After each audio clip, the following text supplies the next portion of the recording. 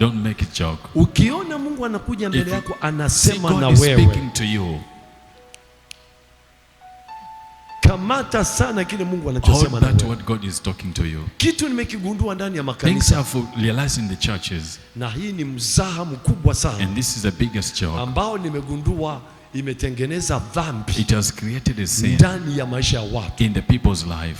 When a man of God is speaking, Mtumishi wa Mungu anapoongea, when a man of God is speaking, mtumishi wa Mungu anapozungumza teaching, mafundisho, and anafundisha prophesying, na akitabiri, some other people in the church, baadhi ya watu wengine kanisani they are like this. wako kama hivi. We are used to.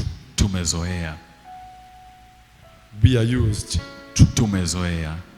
This is how this man of God teaches. Hivi ndivyo mtumishi wa Mungu This is anafundisha. how this man of God Hivi preaches. mtumishi wa Mungu This is anavyohubiri. how this man of God Hivi prophesies. mtumishi wa Mungu ndivyo This anavyotabiri. is how this man of Hivi God ndivyo mtumishi wa Mungu evangelizes. anafanya uinjilisti. And this Na hii has become a greater sin na imekuwa dhambi kubwa in the church. kanisani.